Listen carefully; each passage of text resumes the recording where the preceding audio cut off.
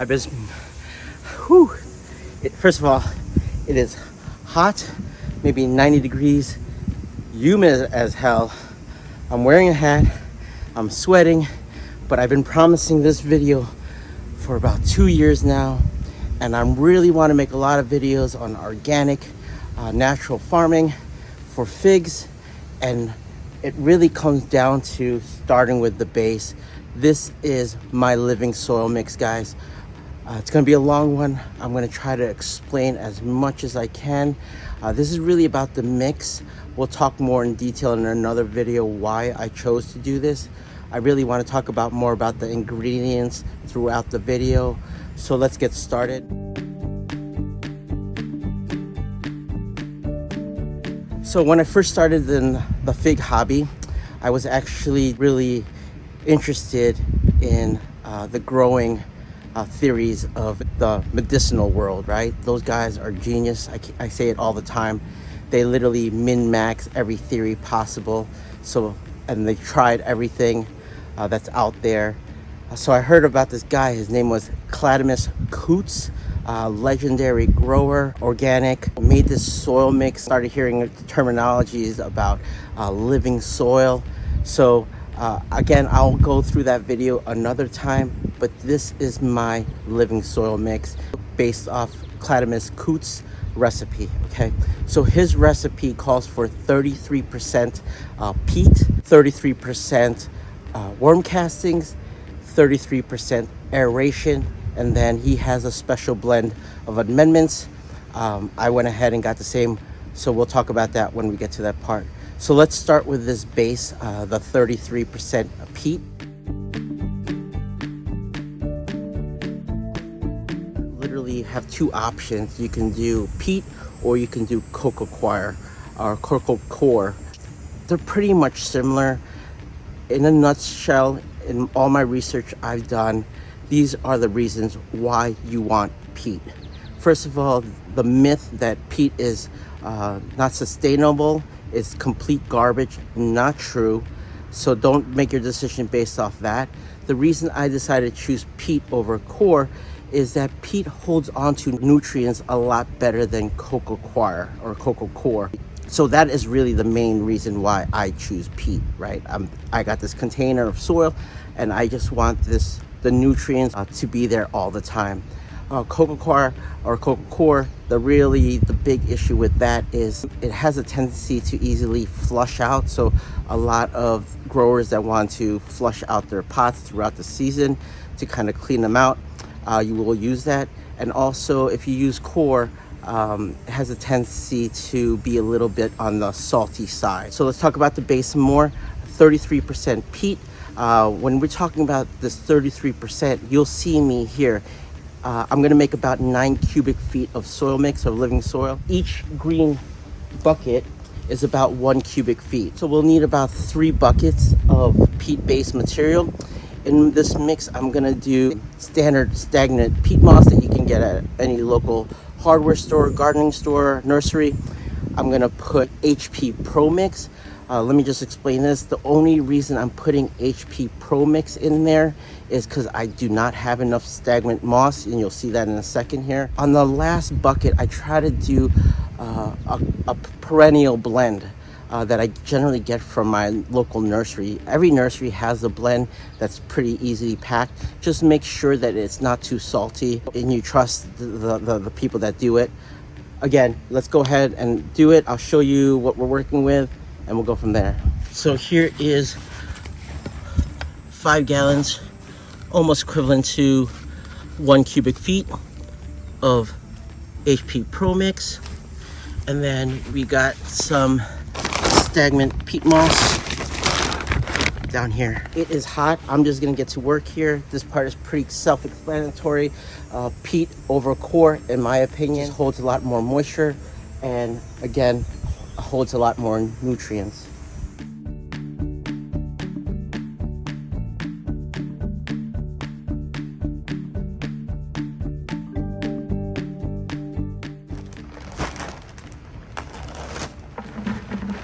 All right, guys, so let me give you a close-up of this nursery perennial mix and why I use it. You can see it's nice and black and rich.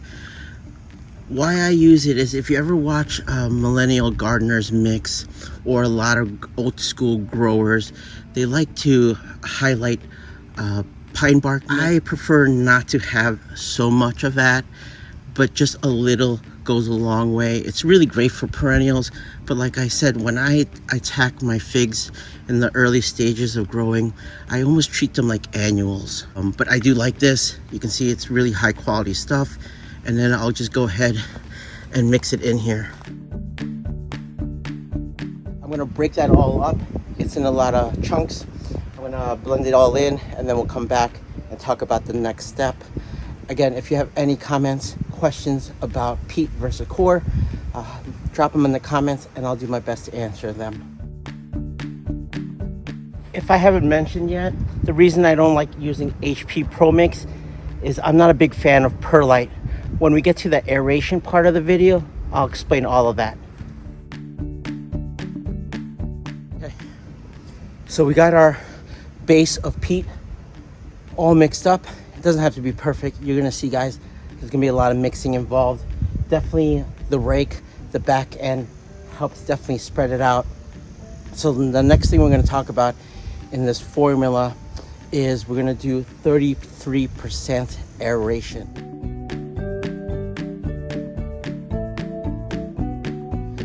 This is probably the number one most underrated thing about gardening, especially with figs. And it's literally something that I strongly believe in, having a lot of drainage and having good drainage. So I want to really educate you guys. When you think of drainage, the only really option that most of you guys are thinking is perlite. I do not use any perlite anymore. Sometimes I'll use it on the big size perlites for the bottom of my containers just for extra drainage. But as for soil mix, I don't like it. What I replace perlite with is something called pumice. Pumice is used in the beauty industry and other industries, but let me go ahead and open a bag of pumice and show you what it is. Okay, I don't know if you can see that. It looks like perlite, but the difference between pumice and perlite is pumice is actual stones, little tiny stones, and perlite, what perlite is pretty much puffed up popcorn lava rock. The only reason that I don't like perlite, so perlite floats up to the top of the soil. I kind of think it looks a little bit sloppy, not my cup of tea. And also, after a while, these perlite rocks will crush down with the pressure of the soil and time, and it'll turn into powder. Pumice is the great alternative to it because it is a rock. It takes a lot longer for it to break down. Another benefit of pumice is that if you can get a good close-up of it, there's these tiny little holes in it. It's very light and very airy, and all these little holes in this pumice add little homes for the bacteria that we're trying to house in our living soil media. So pumice, perlite, it doesn't just make sense for me to use perlite when I know there's a better product like pumice out there.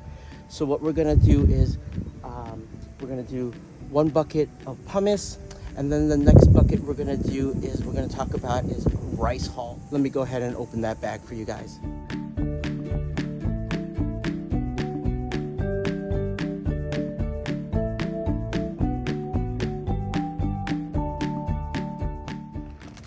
So this is rice hull. It is pretty much the shells of the rice, the husk.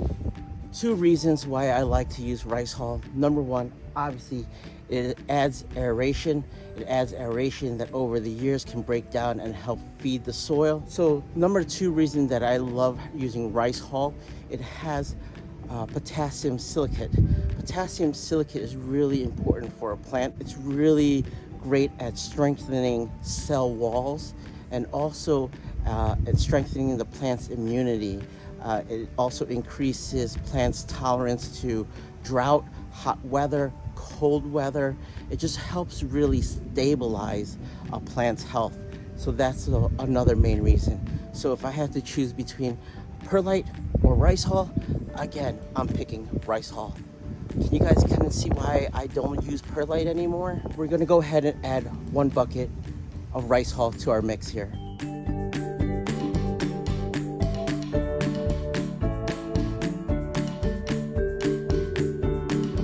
That's 2 buckets. What we need to do now is add a 3rd bucket, and I'm just gonna do an equal parts of pumice and rice hull to fill out the 3rd bucket here.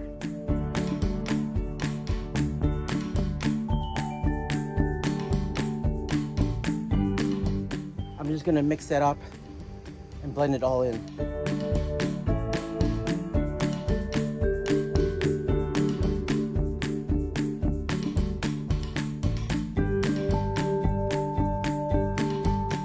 Woo, it is hot out. Okay, let me give you guys a close-up of what this is looking like now. Okay, so this is just the peat and aeration so far. Nice and fluffy and light. Tons of drainage. And again, the tarp flipping trick makes this job so much easier. All right, let's talk about this last third of this mix.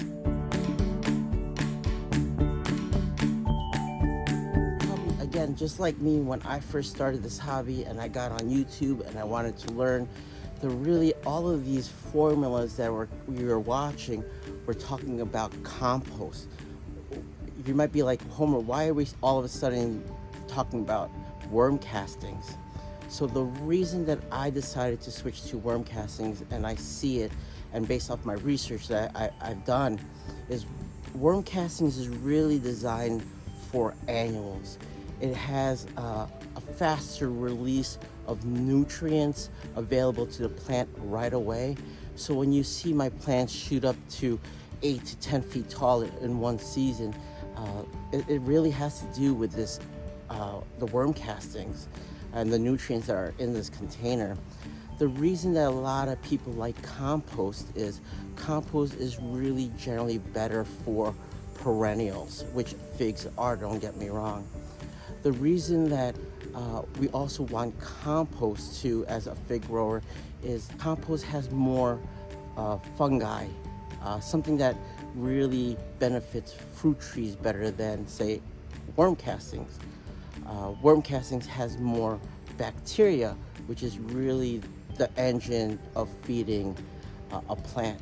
I know it's complicated, but we'll get into it. Just understand that this formula is really designed for the first 3 years. I'm thinking about modifying it once a plant gets to its 4th or 5th year, just because of the growth rate or the energy in this pot.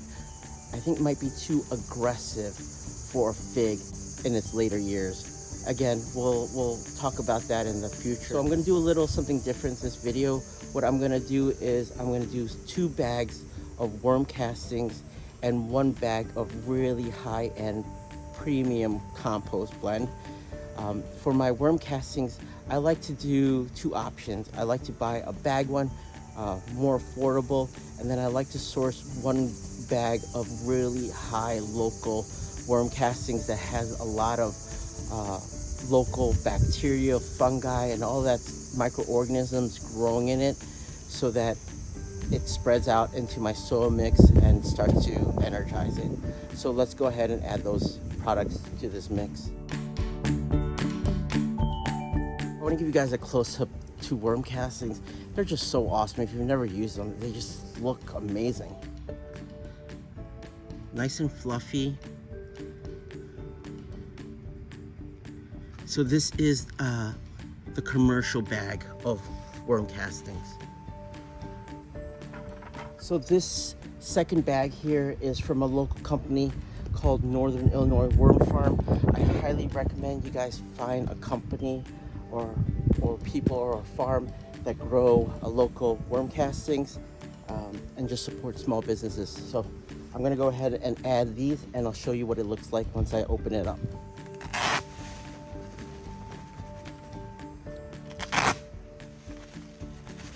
Okay, let's take a close-up of this stuff. Again, this is the bag commercial worm castings, and then this is the local stuff. It's not saturated or moist like the commercial bag, but it also has some, it looks like little wood chips in it, probably from the compost, or it's probably peat from their bins. The third bag in this mix I'm using is called Oily Mountain Fish Compost. First time I'm using it. It doesn't really matter what you use at this point, just use a really high quality compost. Make sure it's just by a trusted source that's growing it organically. Again, I'll open this up and show it to you guys. It almost looks like my local perennial nursery mix. Fluffy, smells very earthy. It's supposed to have a lot of made from fish and stuff that's by like the Alaskan coast, but it does not smell rotten. It smells very earthy, looks really high quality stuff. Again, I wish I was blessed to make my own compost, but I'm just not there yet. So we'll go ahead and add this to this mix right now.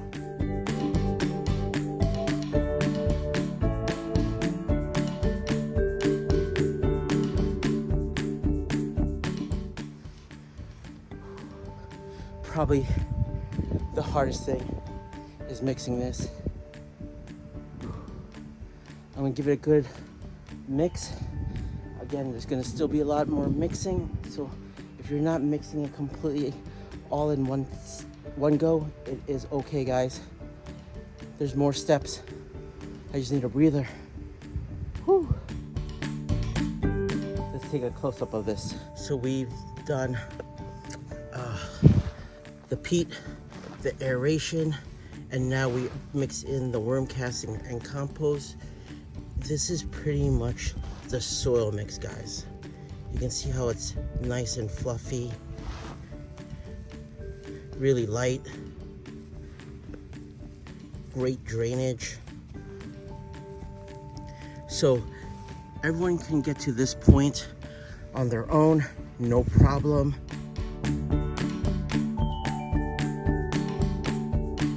So now that we got our third peat down, our third aeration, and our third worm casting, let's talk about this amendments.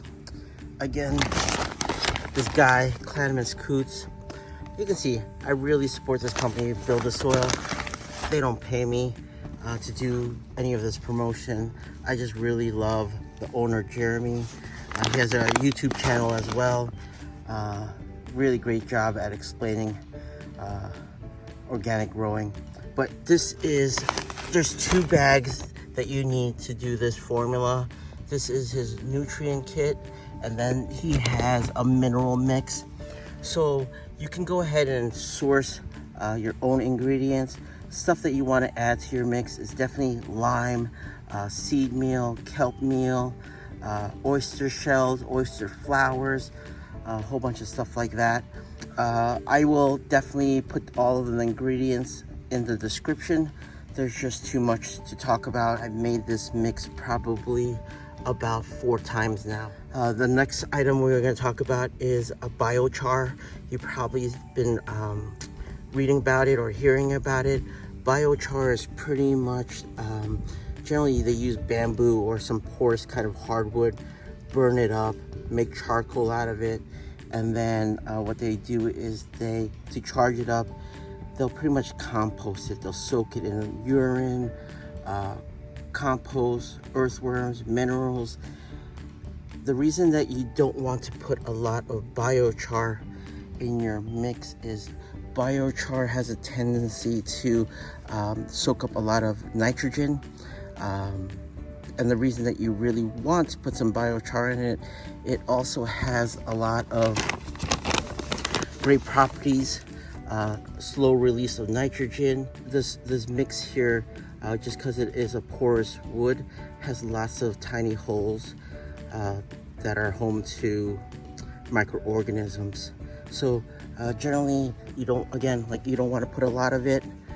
I only have half a bag left here, so I use pretty much a gallon every time I make a mix. So I'll add that and these minerals, guys.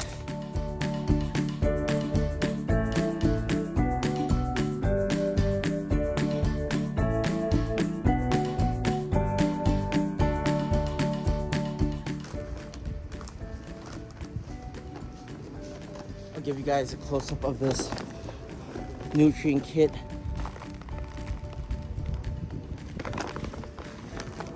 Kelp meal. Smells like grains.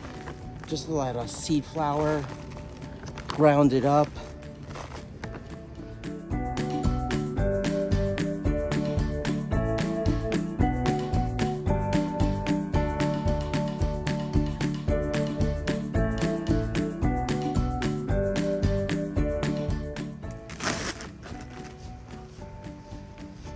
This is the nutrient mix: balsamic rock dust, crushed oyster shells, lime, gypsum.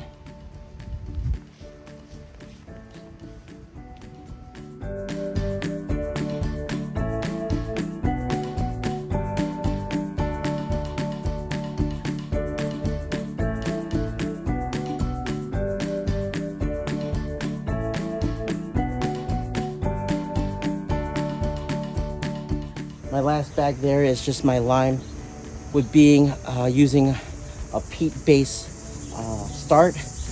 Peat, again, like I talked about in the start of the video, is on the acidic side. You want to be more in the neutral side, especially as fig growers.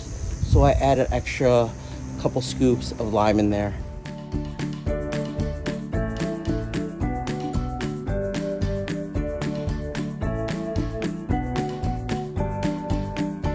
Now that I got my amendments in there, I'm gonna go ahead and give it a good mixing.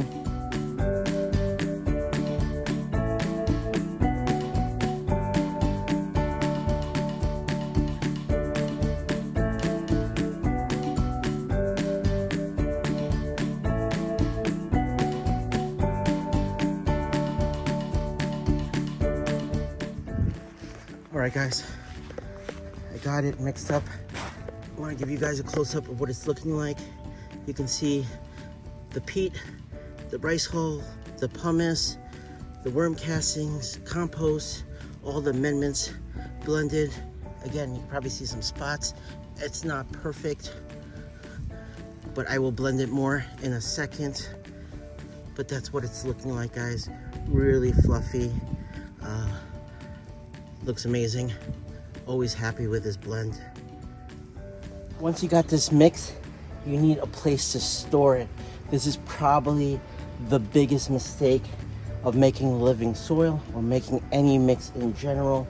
Is we're gonna add a little bit of moisture to start to bring the microorganisms to life in this mix, and some cooking or some reactions are gonna happen, and the soil is gonna get hot. If we use this soil right away, or we can possibly damage the roots of our plants. What I do is I make the mix, I'll wet it up, put it in my storage unit there, this bin. It's a 55-gallon bin, holds about 9 cubic feet.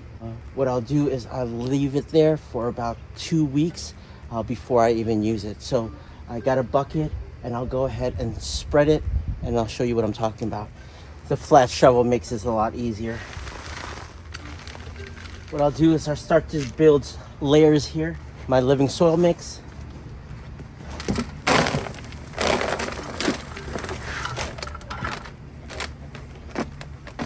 I'm gonna take my hose, put it on the mist setting.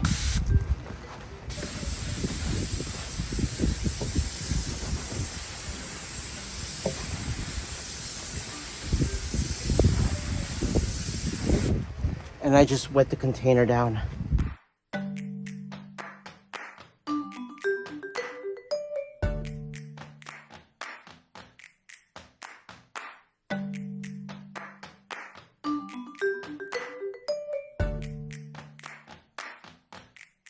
This mix smells so unique, guys. It smells like a little breeze of like an ocean air and a little bit of farmland. It's so unique. I can't really describe it, but it definitely has a hint of ocean spray from like the coast or something.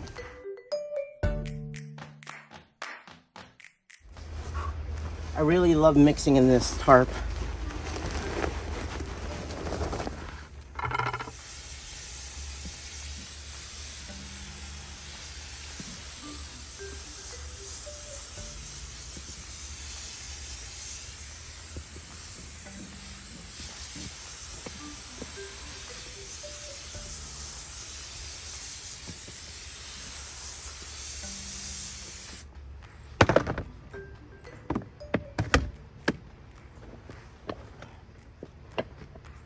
All right, guys.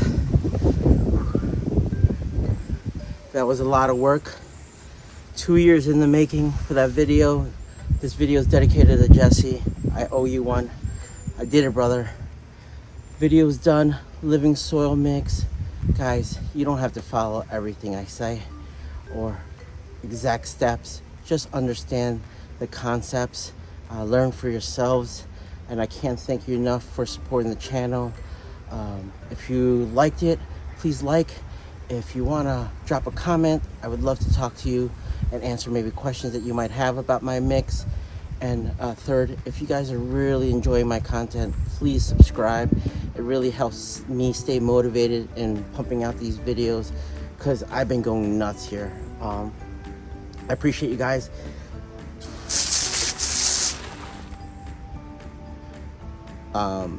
Yeah. That was supposed to be the mist setting. Whew. It was a hot day. Peace. Love you guys.